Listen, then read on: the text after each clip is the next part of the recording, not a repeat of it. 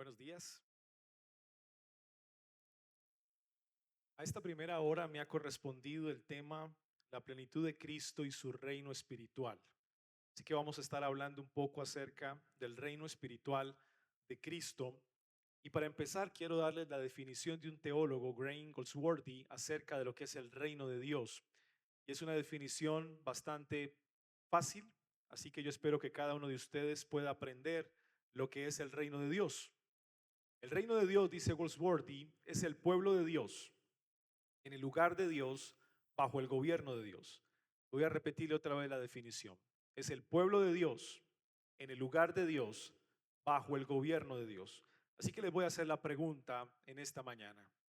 Querida iglesia, ¿qué es el reino de Dios? Es,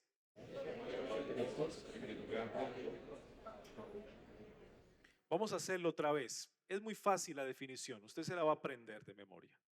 Recuerden, es el pueblo de Dios en el lugar de Dios, bajo el gobierno de Dios. Así que le voy a hacer otra vez la pregunta. Iglesia, ¿qué es el reino de Dios?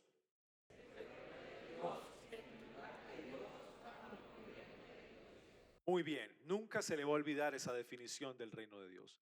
Hay tres palabras claves en la definición y yo sé que usted si las anotó, pues las puede subrayar. La primera palabra clave es pueblo, la segunda palabra clave es lugar y la tercera palabra clave es gobierno. Pueblo, lugar y gobierno. Cuando tratamos de relacionar la definición de Wordsworthy respecto a todo el panorama redentivo y del reino de Dios a lo largo de las escrituras, nos vamos a dar cuenta que hay una relación muy estrecha entre la definición y el panorama de la redención, la historia redentiva a lo largo de las escrituras. Bueno, ¿cuál fue el primer pueblo de Dios? ¿Cuál fue el primer pueblo de Dios? Adán y Eva. Adán y Eva, no Israel. Adán y Eva fue el primer pueblo de Dios. Y el Señor preparó un lugar especial para ellos. ¿Cuál fue ese lugar? El huerto del Edén. Y la presencia especial del Señor habitaba en ese lugar. Incluso el Señor se comunicaba con ese pueblo a través de su palabra. Noten cómo la definición de pueblo, lugar y gobierno la vemos en el Edén, desde el principio de la creación. El pueblo de Dios era Adán y Eva en el lugar de Dios, el huerto del Edén, bajo el gobierno de Dios, la presencia especial del Señor y su palabra comunicándose con ellos. Pero luego, avanzando un poco la historia, el Señor decide llamar a Abraham y le hace algunas promesas a Abraham, hace un pacto con Abraham en Génesis capítulo 15. Ahora el Señor ha decidido elegir un pueblo entre todas las naciones, no porque este pueblo tuviera mérito alguno, sino porque el Señor en su soberana voluntad decide elegirlos. ¿Y cuál es ese pueblo? Israel.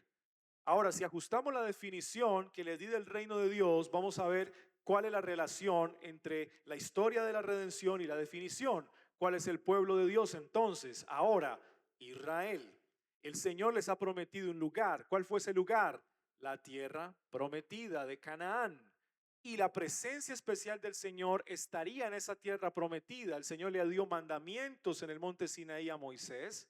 Y con esos mandamientos el Señor iba a gobernar a su pueblo en el lugar que Dios había designado para su pueblo, que era Canaán. Así que cuando aplicamos la definición, avanzando un poco más en la historia y acercándonos al pueblo de Israel, tenemos lo siguiente. Israel es el pueblo de Dios en Canaán, el lugar de Dios, bajo el gobierno de Dios, la presencia especial del Señor en la tierra de Canaán. Así que si hablamos de un primer pueblo creacional, hablamos de un segundo pueblo nacional, el pueblo de Israel. Algunos le llaman a esto reino nacional de Israel, con su monarquía respectiva posteriormente en el tiempo de David, luego en el tiempo de Salomón, una monarquía unida. Sin embargo, por causa de los pecados de los reyes, el Señor decide castigar al reino. El reino se divide en dos, reino del norte, reino del sur, castiga al reino del norte a manos del imperio asirio y luego castiga al reino del sur a manos del imperio babilónico. Y esto está ocurriendo por allá en el año 605 antes de Cristo, cuando el rey Nabucodonosor se enfrenta en una dura batalla con el faraón Necao en las riberas del río Éufrates, en un lugar llamado Carquemis, lo derrota y luego se dirige hacia Jerusalén.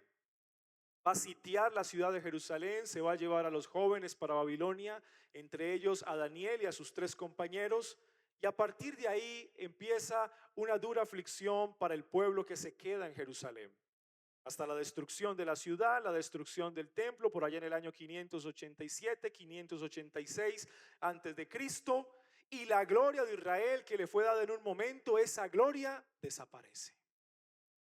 Ahora vemos a un grupo de hombres en el cautiverio babilónico siendo disciplinados por el Señor y a los más viejos quedándose en Jerusalén siendo rechazados por Dios. Si hacemos una reflexión en cuanto a este momento de la historia, podemos entender que aquellos que fueron llevados al cautiverio están siendo disciplinados por el amor de Dios. Y aquellos que fueron dejados en Jerusalén están siendo rechazados por el Señor. La generación más adulta, la cual se olvidó del Señor. Conocían la palabra de Dios, pero decidieron seguir los ídolos, no la palabra del Señor. Y los jóvenes que él decide disciplinar en Babilonia, de ese grupo, después de los 70 años de cautiverio, por allá en el periodo de los medos y de los persas, regresan al lugar. Ese es el periodo posexílico. Reconstruyen las murallas de la ciudad, reconstruyen el templo de Salomón, pero la gloria de Israel no regresa. Cuando Salomón decide celebrar la construcción del templo, desciende una nube espesa, con relámpagos y truenos, la presencia especial del Señor descendiendo al templo. Pero cuando se da la reconstrucción de ese mismo templo, pues no hay nube, no hay relámpagos, no hay voces, no hay truenos. La presencia especial del Señor no desciende. La gloria de Israel ya no está, ya no está. Y a partir de ahí se crea una expectativa escatológica. Lo que esperaba el pueblo era el Mesías. Las profecías apuntaban al Mesías. La expectativa escatológica crecía cada vez que pasaban los años. Esa expectativa escatológica estaba ligada a la gloria del pueblo de Israel. Recuerden en este periodo de la historia cuál era el pueblo de Dios, Israel. Con un lugar específico, la tierra de Canaán, bajo el gobierno de Dios. Pero ahora ese pueblo no tiene gloria. Se ha rebelado en contra del Señor. El Señor ha decidido castigarlo. Ni las reformas de Josías, el último rey que se considera el gran reformador del reino del sur, cambiaron el plan que Dios había trazado de castigar al pueblo. Esperan la gloria de Israel, pero la gloria no llega. Y es en ese punto de la historia donde aparece un hombre llamado Jesús. Y ese hombre llamado Jesús viene predicando un mensaje. Y si usted va conmigo a Mateo capítulo 4, se va a dar cuenta qué mensaje predica este hombre llamado Jesús. Miren Mateo 4:17. Desde entonces comenzó Jesús a predicar y a decir: arrepentíos, ¿por qué? Porque el reino de los cielos se ha acercado. Aparece este hombre llamado Jesús con un mensaje. Pero note esto, es un mensaje que trata acerca del reino de los cielos. Y es un mensaje que nos habla de la puerta del reino de los cielos. ¿Cuál es la puerta del reino de los cielos? El arrepentimiento. Para entrar al reino de los cielos hay que experimentar arrepentimiento. La puerta de entrada es el arrepentimiento. Es un mensaje de arrepentimiento y es un mensaje del reino de los cielos. ¿Por qué? ¿Por qué? ¿Por qué de eso trata el mensaje de Jesús acerca del reino? La expectativa escatológica de Israel era la gloria del reino de Israel. Ese reino que fue exiliado volviera a experimentar la gloria que tenía antes. Ellos esperan restauración nacional. Y Jesucristo lo sabía muy bien. Esa es la expectativa escatológica del pueblo judío, la restauración nacional. Por eso su mensaje es un mensaje del reino de los cielos. Y si el mensaje habla del reino, ¿saben lo que es el reino, verdad? ¿Qué es el reino de Dios? Es, muy bien, pueblo, lugar y gobierno. Entonces necesitamos hablar de un rey. Si él está hablando de un reino y de eso trata su mensaje, es porque ha venido el rey, sin duda. Así que esa expectativa escatológica tendría su cumplimiento perfecto en la persona de Jesús. Eso era lo que el pueblo judío debía observar debían entender. Ahora, miren esto. El mensaje de Jesús es el mensaje de arrepentimiento y del reino de los cielos. Avance al versículo 23, por favor. Y recorrió Jesús toda Galilea, enseñando en la sinagoga de ellos y predicando el evangelio de ¿qué? Del reino, y sanando toda enfermedad y toda dolencia en el pueblo. Bueno, Jesús trae un mensaje, trae una enseñanza, trae una predicación acerca del reino. ¿Cuál reino? ¿El reino creacional de Adán y Eva? ¿El reino nacional de Israel? ¿Cuál reino? El reino de Cristo. Ahora, ahí debe estar usted muy concentrado para que no se me vaya a perder en el camino. El reino de Cristo. Ahora, piense que usted es un judío de ese tiempo. Y usted viene con la misma expectativa escatológica de que el reino nacional de Israel será restaurado con toda su gloria. Y de repente le dicen que está el Mesías. Por ahí hay un hombre que se parece al Mesías, que tiene un mensaje diferente. Y usted viene con esa expectativa escatológica. ¿Qué es lo que usted espera que haga ese hombre? Naturalmente, ¿qué espera que haga ese hombre? Necesito ver cómo él manda a llamar a un ejército. Nos forma y nos capacita en armas, nos preparamos para la guerra, nos enfrentamos contra el imperio romano y experimentamos por fin liberación de ese yugo opresor. Pero eso no pasa. Nada de eso ocurre. Es más, cuando observamos a este hombre y tratamos de contemplar quién es él, lo vemos manso, lo vemos noble, lo vemos tan humilde que no creemos que sea capaz de tomar un arma en sus manos y de enfrentarse al imperio romano. Hay una decepción escatológica. Hay una expectativa escatológica, pero cuando ellos ven a Jesús hay una decepción escatológica. Pareciera que las profecías que estaban apuntando a esa gloria de la restauración del reino no se cumplieran en esta persona. Ahora bien, esta persona tiene un mensaje del reino, predica el reino, su fama crece, versículo 24, y se difundió su fama por toda Siria, y le trajeron todos los que estaban enfermos, los afligidos por diversas enfermedades y tormentos, y los endemoniados y lunáticos y paralíticos, y los sanó. Jesús trae un mensaje, pero Jesús también obtiene fama. Fama. Y es que aunque no estoy seguro si verdaderamente este es el hombre que nos habían profetizado, pues por lo menos se parece un poco. Se parece un poco. Hay confusión en medio de la comunidad judía de su época. Algunos lo rechazan directamente, otros están confundidos. Y es por eso que tiene seguidores. Versículo 25. Y lo siguieron grandes multitudes de Galilea y de Decápolis y de Jerusalén y de Judea y del otro lado del Jordán. El mensaje de Jesús es confirmado por medio de señales y eso produce multitud de seguidores. Hay un mensaje claro acerca del reino de Dios. Ese mensaje es confirmado por señales y esas señales trae multitud de seguidores. Pareciera ser el rey por momentos.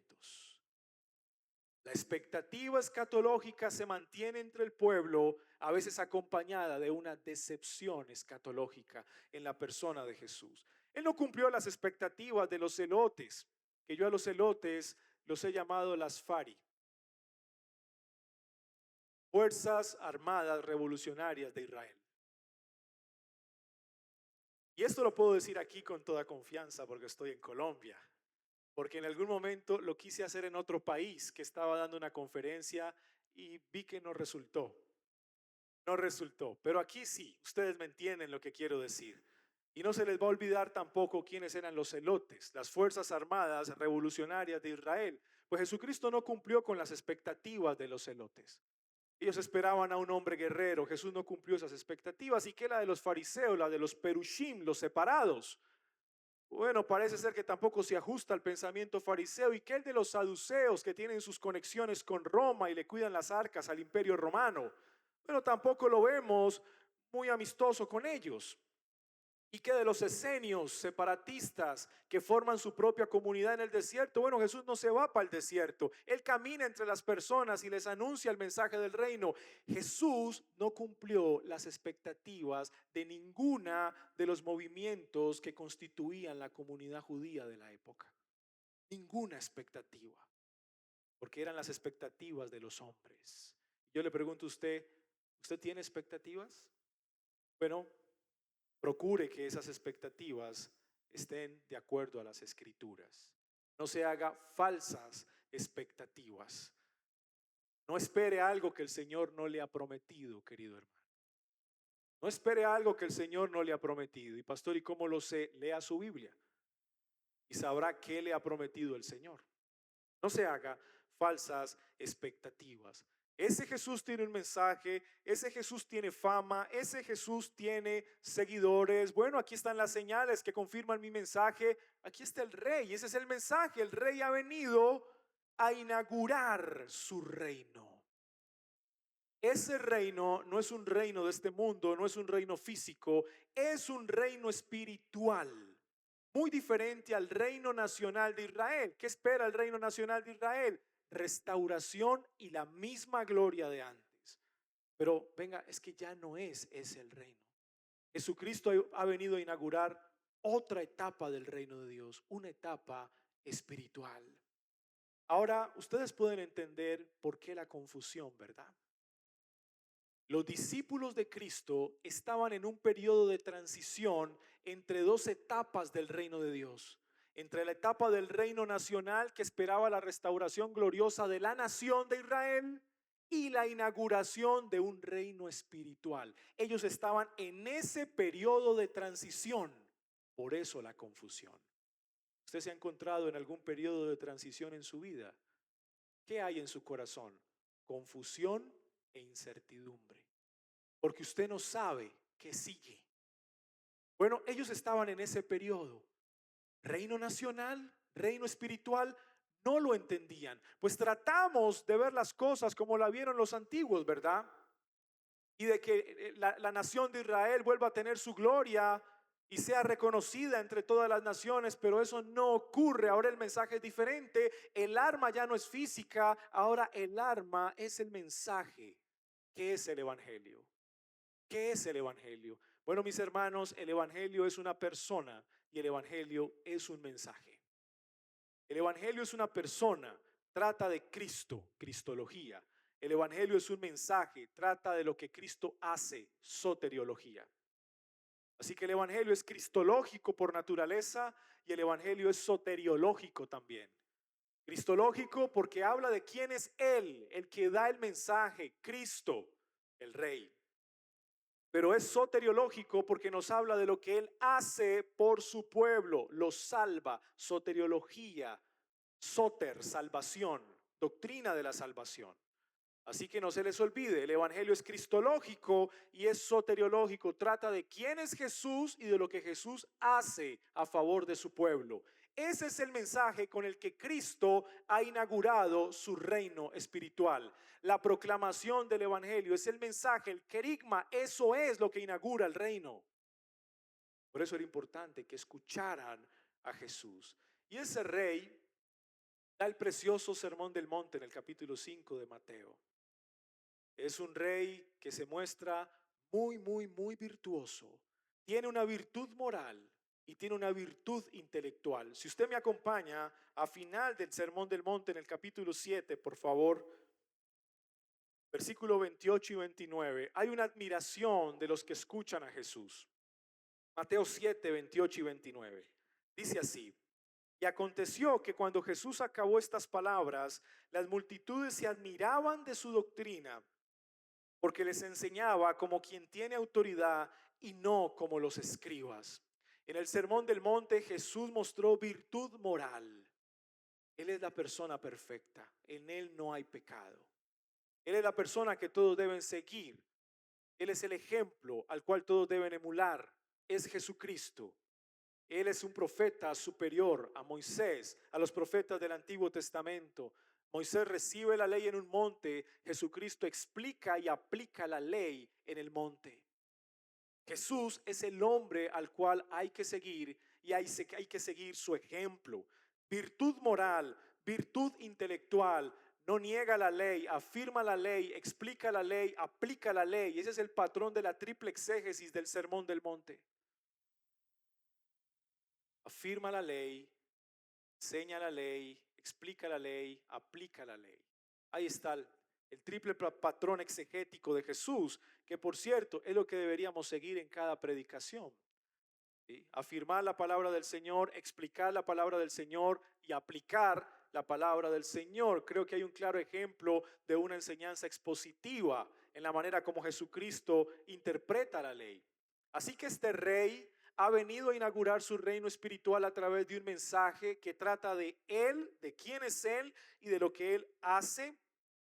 Es un rey que tiene virtud moral, en él no se encuentra mancha, pecado ni error alguno, pero también tiene virtud intelectual de tal manera que demuestra su conocimiento profundo de la ley y la admiración de los que lo oyen. En este caso, Mateo registra esto posteriormente, admirado de las enseñanzas de Jesús. Ese rey obtiene toda la autoridad de parte del Padre. Avance conmigo a Mateo 28.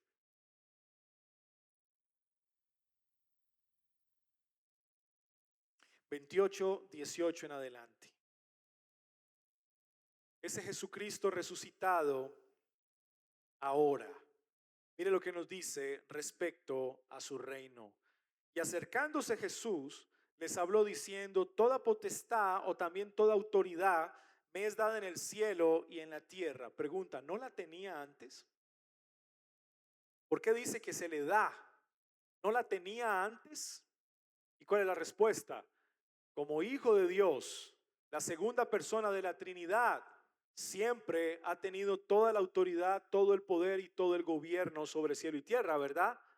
Pero aquí estamos hablando de Jesucristo como verdadero Dios y como verdadero hombre, como aquel que ha resucitado entre los muertos. Ese Jesús, verdadero Dios y verdadero hombre, ha recibido de parte del Padre la autoridad sobre cielo y tierra. Este punto es muy importante, porque una cosa es lo que Él fue, verdadero Dios, pero ahora ha tomado cuerpo, verdadero hombre. Y como verdadero Dios y verdadero hombre recibe la autoridad y la potestad de parte del Padre para gobernar sobre cielo y tierra. Y con esa autoridad entonces manda a sus discípulos, versículo 19.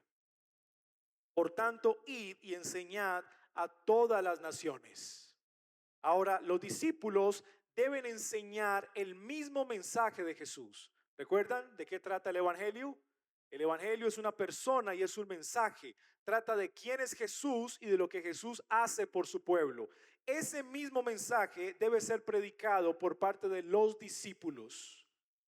El Rey, verdadero Dios, verdadero hombre, ha recibido la autoridad del Padre sobre cielo y tierra, y con esa autoridad comisiona a los discípulos para que avancen su reino espiritual a través del mismo mensaje. Ahora escuche esto, el mensaje que inaugura el reino espiritual es el mismo mensaje que continúa el reino espiritual. No ha cambiado.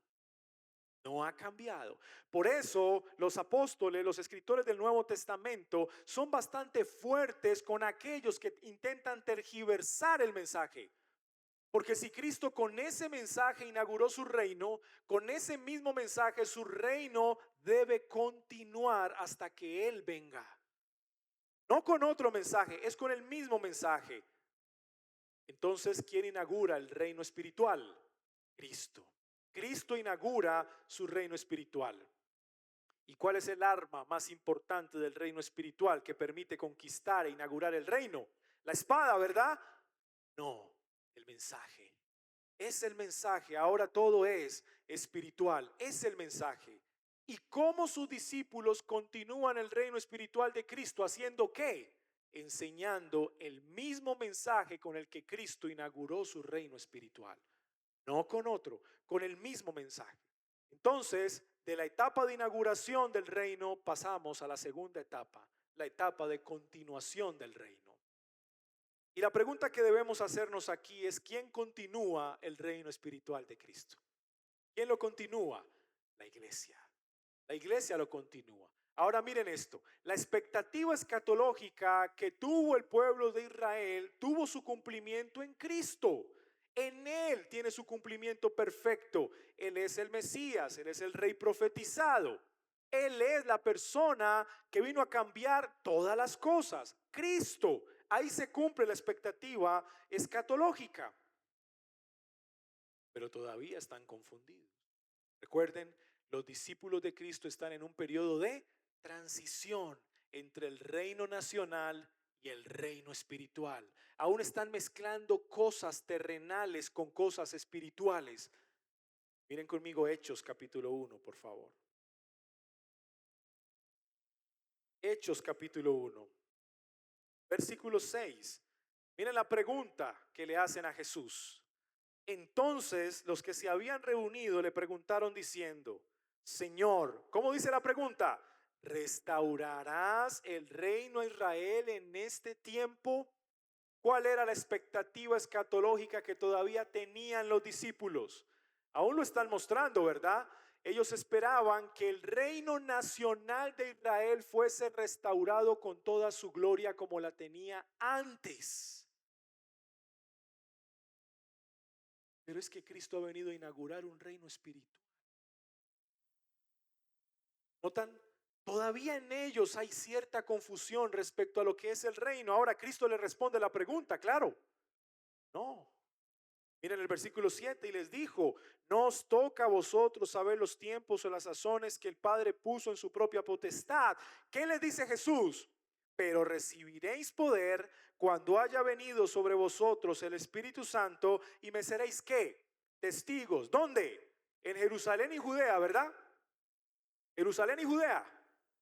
No. Noten que ahora Cristo les va a demostrar que su reino espiritual no es un reino nacional. Su reino espiritual va a trascender fronteras. No solo en Jerusalén, no solo en Judea, sino también ¿dónde? En Samaria, que era un pueblo aborrecido por la comunidad de Judea al sur. Eran aborrecidos por los judíos del sur. Pero también debe ir el evangelio a Samaria y hasta dónde más, hasta lo último de la tierra. ¿Por qué? ¿Qué es el reino de Dios?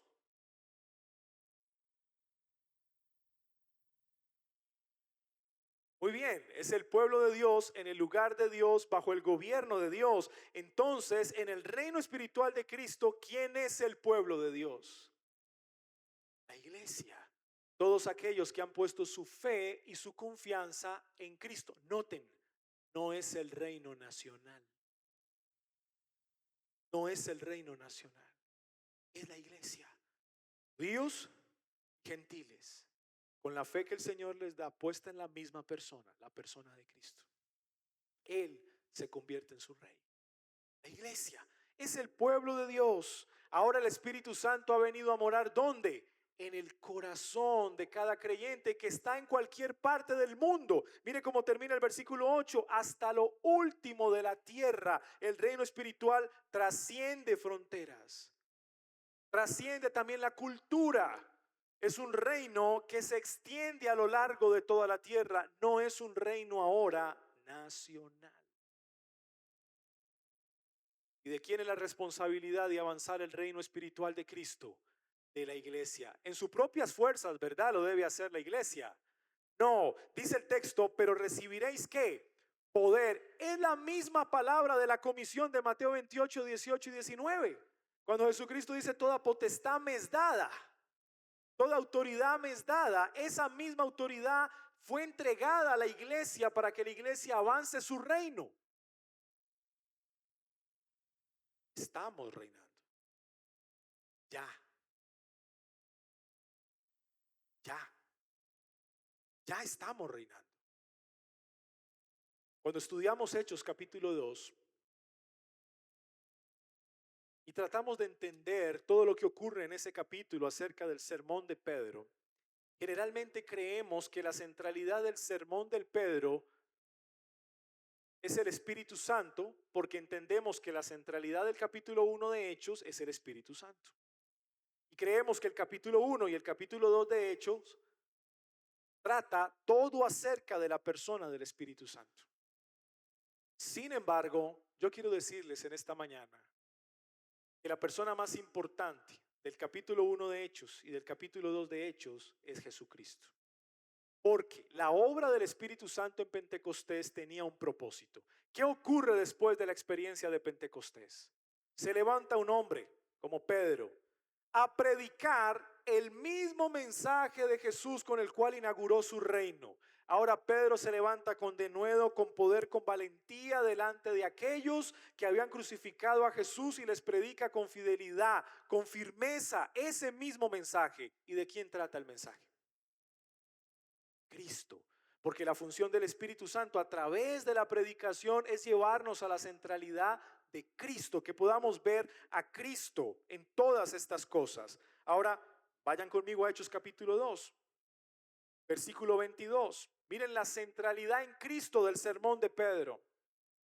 Varones israelitas, oí estas palabras: Jesús Nazareno, varón aprobado por Dios entre vosotros, con maravillas y prodigios y señales que Dios hizo por él en medio de vosotros, como también vosotros sabéis. A este, entregado por determinado consejo y anticipado conocimiento de Dios, tomándolo vosotros, lo matasteis por manos de los inicuos, crucificándolo, a quien Dios levantó suelto los dolores de la muerte, por cuanto era imposible que fuera retenido por ella.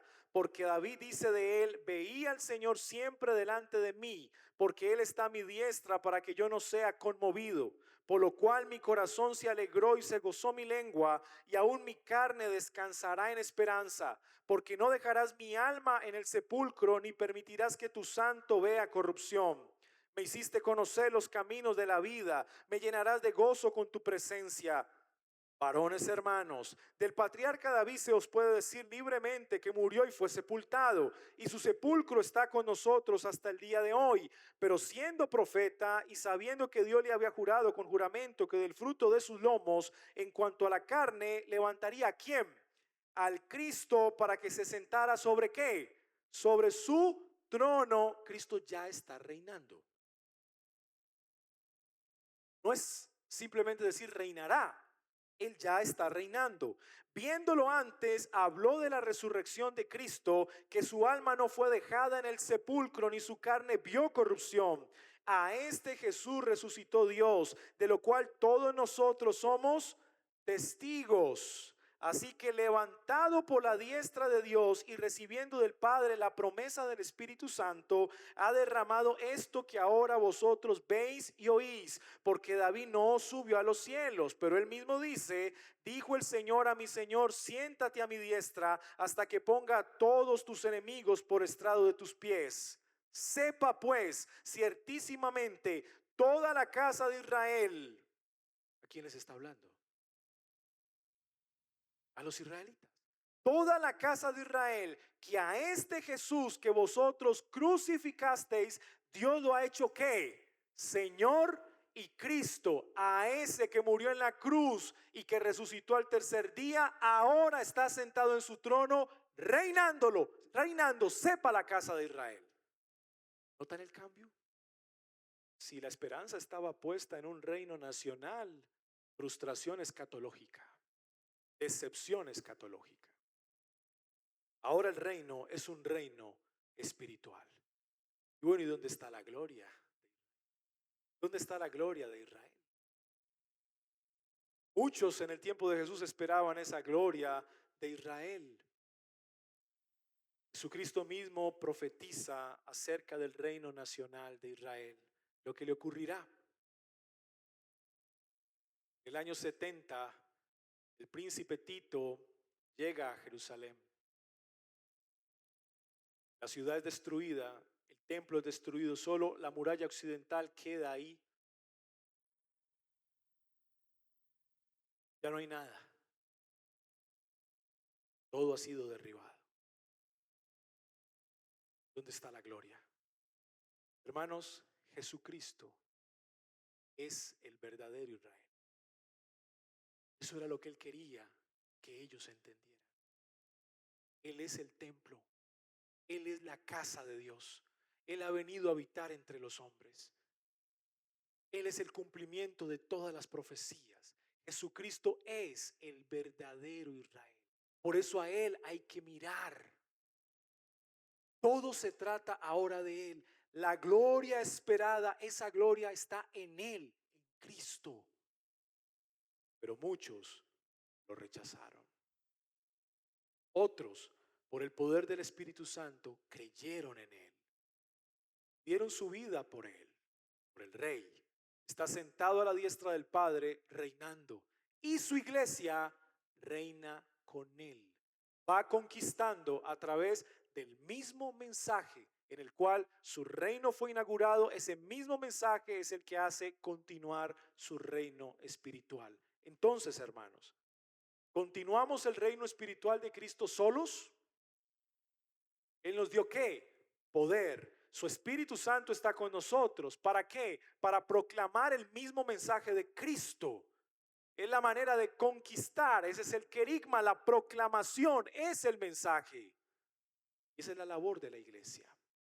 Estamos en la segunda etapa del reino espiritual de Cristo, en la etapa de continuación. Esa es nuestra responsabilidad, continuar el reino con el mismo mensaje del Rey que usó para ser inaugurado.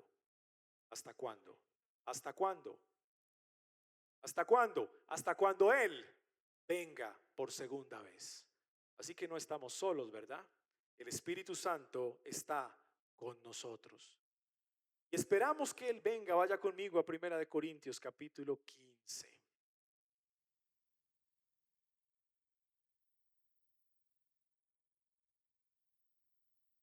Mire lo que dice el apóstol Pablo.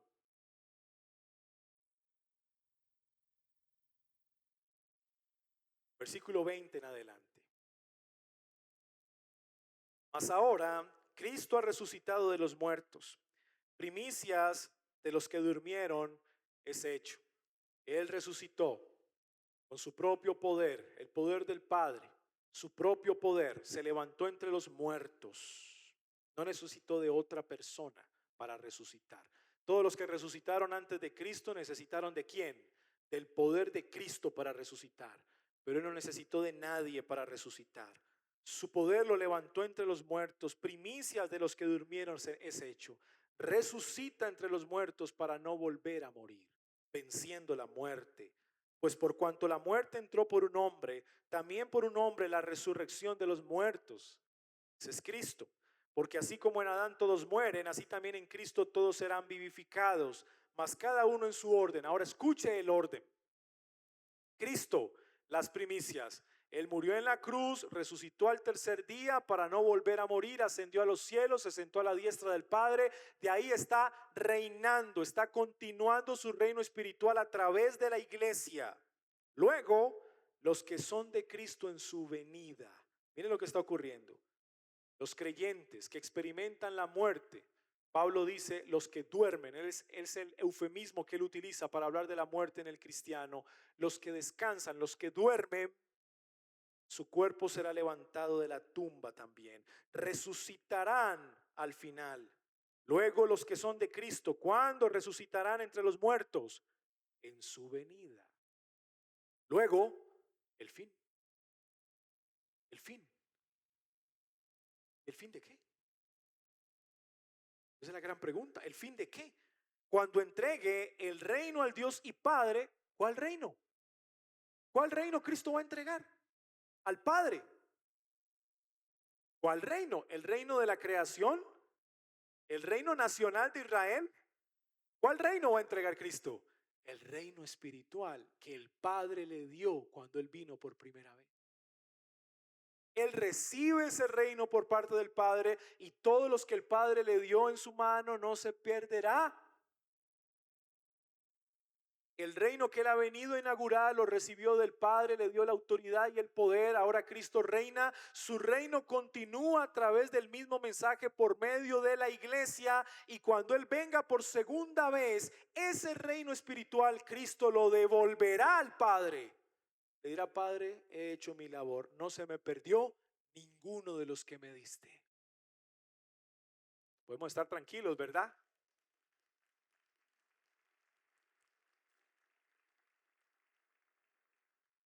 Nos debe dar paz. Estamos seguros en Él. Tranquilos, estamos seguros en Él. Él regresa el reino al Padre cuando haya suprimido todo principado y toda autoridad y potencia. El reino espiritual de Cristo por lo menos tiene tres etapas, hermanos. La etapa de inauguración en su primera venida, la etapa de continuación en el tiempo de la iglesia que predica y una etapa final cuando Él venga por segunda vez y Él entregue ese reino al Padre. Y estaremos entonces con Cristo para siempre. Cielos nuevos, tierra nueva. ¿Usted quiere estar ahí? Bueno, la buena noticia es que usted ya hace parte del reino espiritual de Cristo. Usted quiere reinar allá, ¿verdad? Usted está reinando acá. Usted ya está reinando con Cristo, hermano. Ya está reinando con Cristo. Los hermanos que se nos adelantaron en el camino ya murieron. Están con el Señor. Ellos están reinando con Cristo desde el cielo. Nosotros estamos reinando con Cristo. Ellos reinan desde allá, nosotros reinamos desde acá. ¿Qué estamos esperando? ¿Qué esperan ellos y qué esperamos nosotros? Que Cristo venga también. Nuestros cuerpos sean glorificados, entregue su reino al Padre y así estar todos juntos, cielo nuevo, tierra nueva, sirviendo y adorando a Cristo para siempre. Usted estará allá si está hoy acá. Si hace parte del reino espiritual de Cristo hoy, seguro, mi hermano, nos vamos a ver en el cielo nuevo y en la tierra nueva. Nos vamos a ver. Es por eso entonces, el gran reto y desafío que tenemos en este reino es seguirlo avanzando. Hay que continuarlo. ¿Cómo lo continuamos? Querigma, la proclamación del Evangelio. Es a través de la predicación que lo continuamos. No es a través de la acción social. La acción social quizá adorne, es un fruto, pero lo que avanza el reino es el mensaje. Es el mensaje. Que el Señor nos conceda el poder para ser predicadores fieles de su palabra. Y en esto entran hombres y mujeres. Y no estoy hablando del ministerio de la predicación solamente. Hombres y mujeres estamos llamados a predicar el mensaje con fidelidad, a evangelizar, a enseñarlo a otros cada vez que tengamos oportunidad. Hombres y mujeres avanzamos su reino con el mismo mensaje.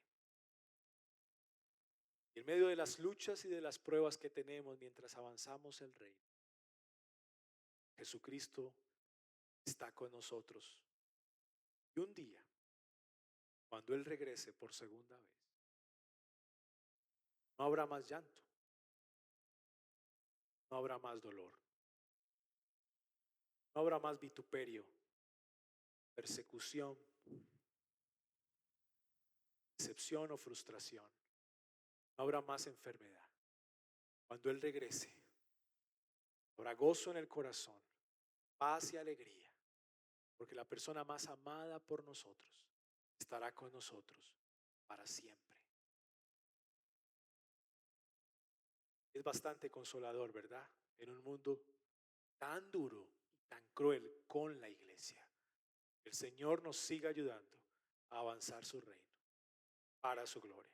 Amén.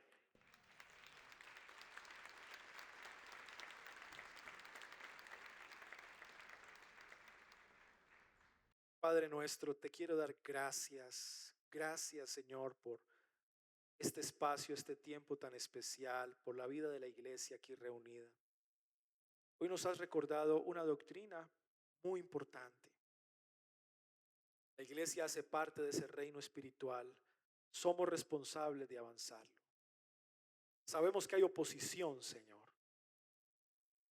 Sabemos que hay personas que se levantan en contra nuestra, quienes quieren detener, pero tu reino avanza imparablemente. Nada ni nadie puede detener el avance de tu reino. Señor, ayúdanos en medio de nuestra debilidad como hombres y mujeres pecadores. Que tu Espíritu Santo revitalice nuestras vidas, nos dé poder, fuerza y valentía para seguir adelante. para seguir anunciando el mensaje de Cristo con el que fue inaugurado el reino y morir fieles a ese mensaje. Guarda tu iglesia de los falsos maestros y predicadores, aquellos que son instrumentos de Satanás para tergiversar el mensaje de Cristo. Guarda tu iglesia, Señor, porque sabemos que aquellos no están afuera, están adentro. Pero tu Espíritu Santo tiene total control de tu iglesia.